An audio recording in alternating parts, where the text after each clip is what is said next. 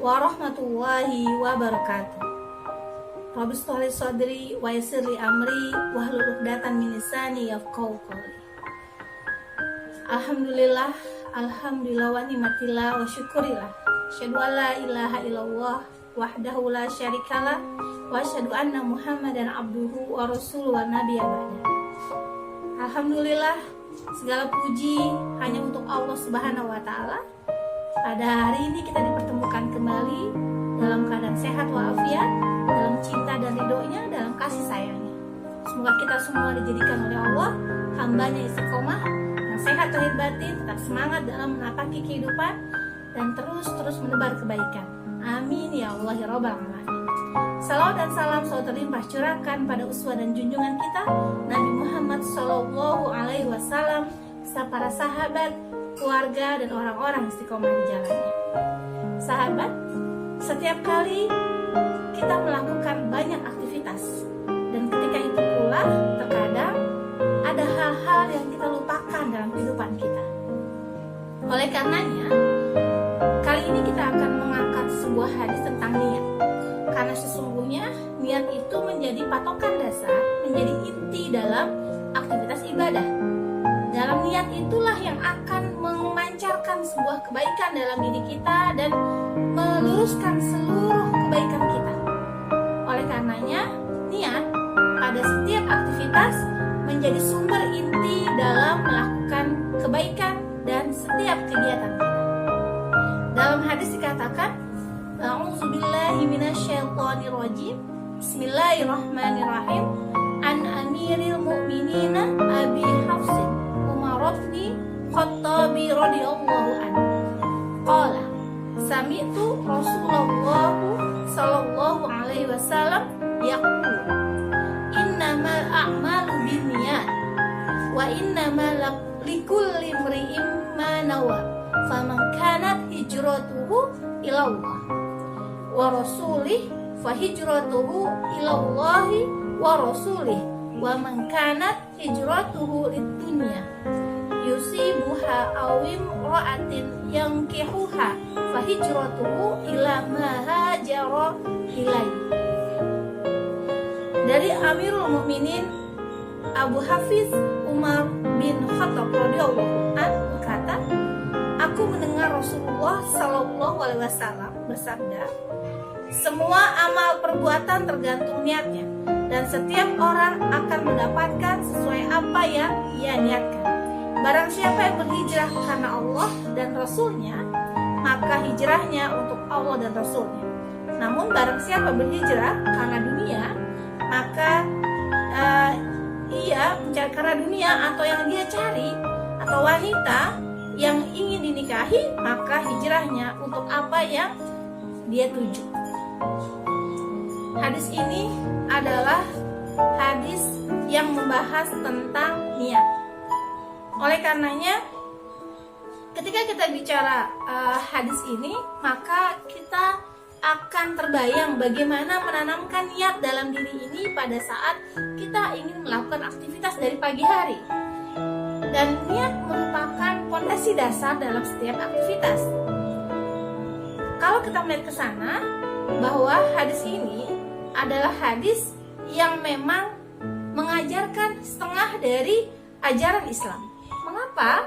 Karena agama bertumpu dari dua hal, yaitu dari sisi lahiriah atau perbuatan, dan yang kedua dari sisi batiniah, ya, dari sisi niat. Oleh karenanya, Imam Ahmad dan Imam Syafi'i berkata, hadis ini mencakup sepertiga ilmu. Karena perbuatan manusia terkait dengan tiga hal, yaitu hati, lisan, dan anggota badan.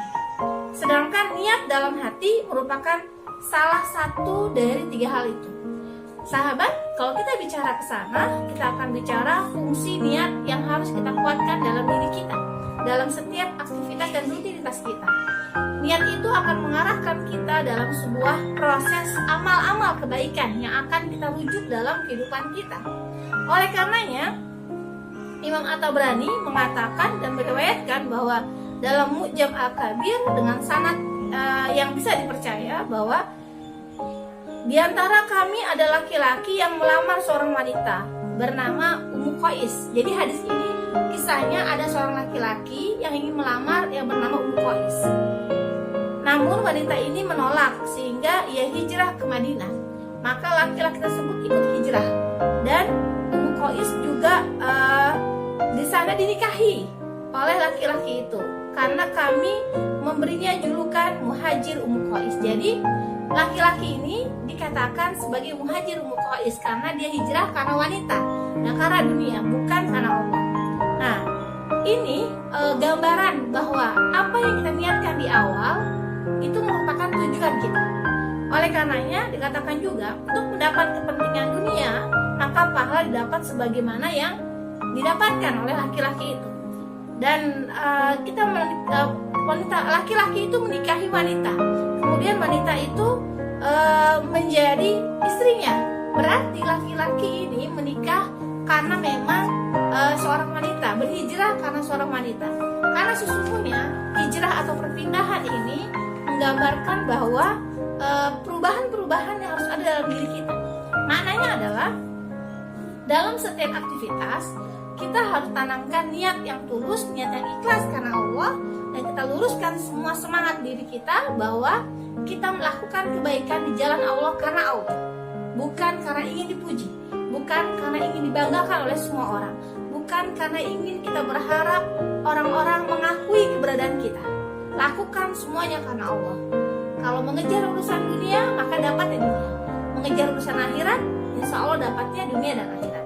Sahabat, dalam hadis ini mengandung sebuah kisah bahwa seorang laki-laki yang hijrah hanya untuk seorang wanita, maka dia akan dapatkan itu, namun tidak mendapatkan kebaikan di dalamnya. Oleh karenanya, hadis ini menggambarkan bahwa antara lisan, perbuatan, kemudian hati harus sejalan dengan kontekstual kehidupan kita dan dalam realita kehidupan kita.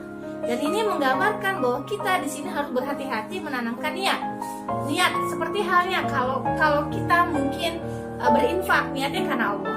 Kalau kita ingin melakukan kebaikan, niatnya karena Allah. Buat anak-anak kita yang sekolah, yang kuliah, niatnya karena Allah. Jangan ditanamkan untuk niat karena untuk gaji besar. Jangan ditanamkan untuk niat untuk posisi terbaik nanti ketika kamu dengan posisi yang A atau sampai Z. Ini menggambarkan bahwa niat itu harus ditanamkan. Luruskan niatnya karena Allah. Maka dengan itu Allah akan memberikan kekuatan, memberikan support terbaiknya dalam hidup kita dan hidup anak-anak kita.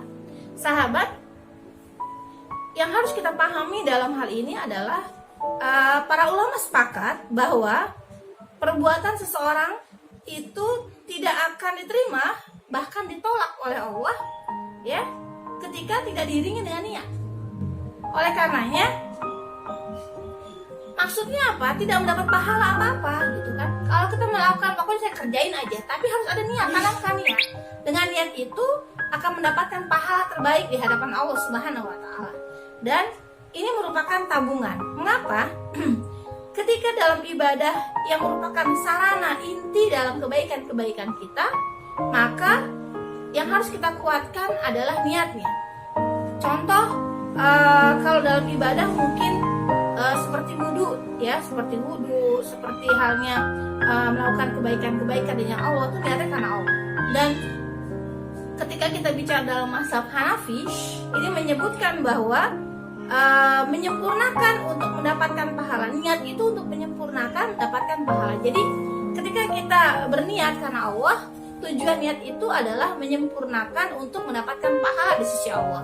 Karena apa yang kita lakukan di muka bumi ini harapannya Allah terima. Ketika kita melakukan apapun di muka bumi ini, kita berharap Allah sayang sama kita, Allah ridho dengan kita, maka niat inilah yang harus kita kuatkan. Bahkan kalau menurut mazhab Syafi'i, ya, dan ulama-ulama menyebutkan bahwa niat merupakan syarat sahnya sebagai syarat sahnya ibadah. Oleh karenanya, ibadah-ibadah tersebut tidak sah kecuali dengan niat.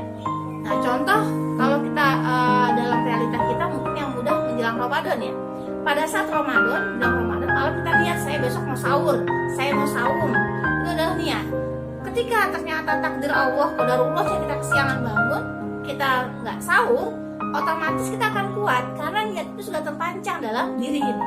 Namun kalau kita lihat keseharian kita, ketika kita tidak berniat untuk saum dan tidak ada niat untuk sahur, ketika pagi hari otomatis kita merasakan lapar, kita merasakan perut berbunyi lah istilahnya ya, pusing atau panas dingin dan seterusnya karena memang tidak berniat saum. Maka ketika kita memang niat untuk saum di esok harinya, maka upayakan malam hari sudah berniat untuk melakukan saum dengan diawali dengan yang namanya sahur. Sama halnya ketika menjelang Ramadan saat ini, kita tanamkan dalam diri saya berniat untuk hatam 2 atau 3 kali atau bahkan 5 kali hatam. Maka niat itu tanamkan dalam diri dan sudah mulai latihan dari sekarang, agar nanti pada saat Ramadan tiba kita akan mampu melaksanakan niat-niat itu dengan tujuan mendekatkan diri kepada Allah Subhanahu wa Ta'ala dan yang lain-lain. Semua niat terpancang dalam hati kita. Yang berikutnya, kita bicara niat, di sini ada waktu niat. Kalau waktu niat dalam hal ini dalam hal ibadah ya, berarti di awal ibadah. Kita niat di awal ibadah. Oleh karenanya, kondisi ini yang harus kita lakukan pada saat ibadah adalah takbiratul ihram. Jadi seperti halnya sholat ya, pada saat kita sebelum sholat kita sudah niat. Niat itu bisa diucap, bisa pun tidak. Nggak ada masalah. Intinya niatnya karena Allah, kita ingin sholat dan lakukan yang terbaik. Dan dalam hal apa? Kalau dalam haji dan pada saat ihram kita berniat untuk berangkat untuk melakukan menunaikan ibadah haji dan seterusnya. Dan hal ini kita akan lihat ketika niat itu bertempat di hati, secara otomatis tidak disyaratkan untuk diucapkan. Jadi niat ada yang diucapkan, ada yang tidak diucapkan. Itu kembali ke kita masing-masing di dalamnya. Oleh karena itu, boleh saja diucapkan untuk membantu konsentrasi hati. Kalau nggak diucapkan ya tidak apa-apa. Allah tahu niat kita, tapi diniatkan. Saya mau apa? Saya ingin melakukan apa? Ini harus ditanamkan dalam diri kita. Sahabat, ketika kita bicara hadis ini, maka hadis ini membahas tentang hijrah atau perpindahan. Kalau bicara hijrah bisa jadi seseorang beralih ke arah yang lebih baik. Nah, ketika bicara ke sana, maka bagi seorang muslim, jika ia tidak bisa melakukan ajaran Islam terang-terangan, maka dia akan melakukan sebuah proses-proses untuk merubah pelan-pelan, sedikit demi sedikit. Maka oleh karenanya dalam hak Islam diajarkan bahwa ketika kita ingin berhijrah, maka luruskan niat. Ketika ingin merubah diri kita dari diri kita yang kemarin ke arah yang lebih baik, maka upayakan untuk luruskan niat dulu. Nah, disitulah kita akan menjadikan proses niat itu menjadi dasar utama agar kita tidak salah langkah. Tujuan kita mau kemana? Ke dunia, urusan dunia, atau urusannya berhubungan dengan Allah Subhanahu wa Ta'ala.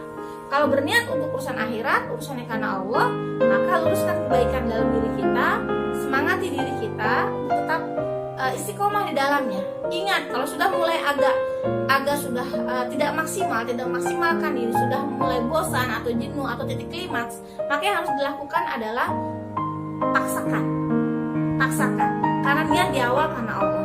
Ketika seseorang sudah ingin pergi melakukan kebaikan, seseorang ingin pergi berangkat majelis ilmu, maka luruskan niat, semangati diri, dan jangan berpikir dan membayangkan hal-hal yang menghalangi kebaikan itu. Karena kalau sudah ada niat, maka lakukan. Contoh, misalnya kita ingin mentransfer sejumlah dana untuk membantu saudara kita, udah bismillah langsung kerjakan. Tapi kalau bilang nanti dulu, besok, lusa, kita berubah. Hati ini bisa berbolak-balik gitu kan.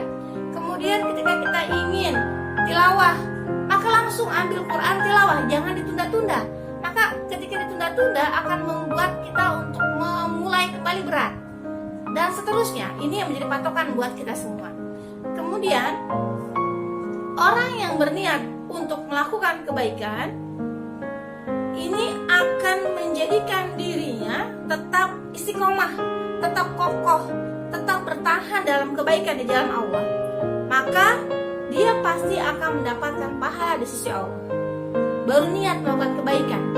Dan ketika ingin melakukan kebaikan ternyata ada masalah atau kendala, tapi sudah berniat untuk melakukannya, pahala tetap dapat. Masya Allah ya.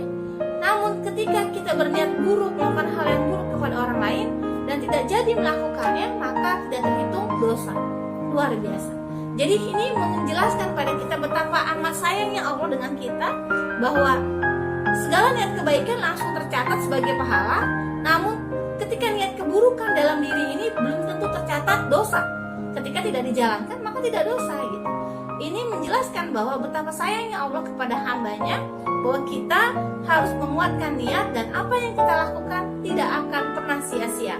Walaupun hal-hal kecil, kita tidak pernah tahu amalan apa yang mampu menghantarkan kita ke dalam jannahnya Allah. Kita tidak pernah tahu hal-hal apa yang bisa menguatkan kita dalam kebaikan. Maka lakukan kebaikan itu karena Allah, dan jangan pernah meremehkan hal-hal kecil sekalipun. Karena bisa jadi hal kecil itu yang akan mengantarkan kita ke dalam jannahnya Allah.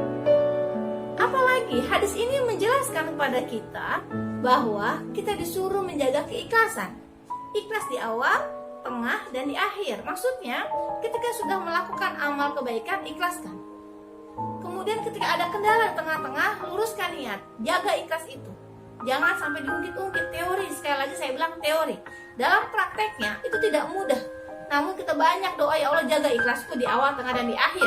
Karena asyaiton akan terus menggoda kita agar kita mengingat kembali jasa-jasa kita, apa yang kita lakukan pada orang lain. Banyak-banyak istighfar. Namun kondisi ini bisa kita sadari kalau kita minta sama Allah agar kita dapat menjaga yang namanya ikhlas kita sampai kita kembali ke Allah Subhanahu wa taala. Amin ya Allah ya Rabbal alamin. Yang berikutnya, semua perbuatan baik dan bermanfaat jika diiringi dengan niat yang ikhlas, secara otomatis dia akan hanya mencari ridha Allah. Dia tidak akan pernah berharap mendapat hal-hal urusan duniawi.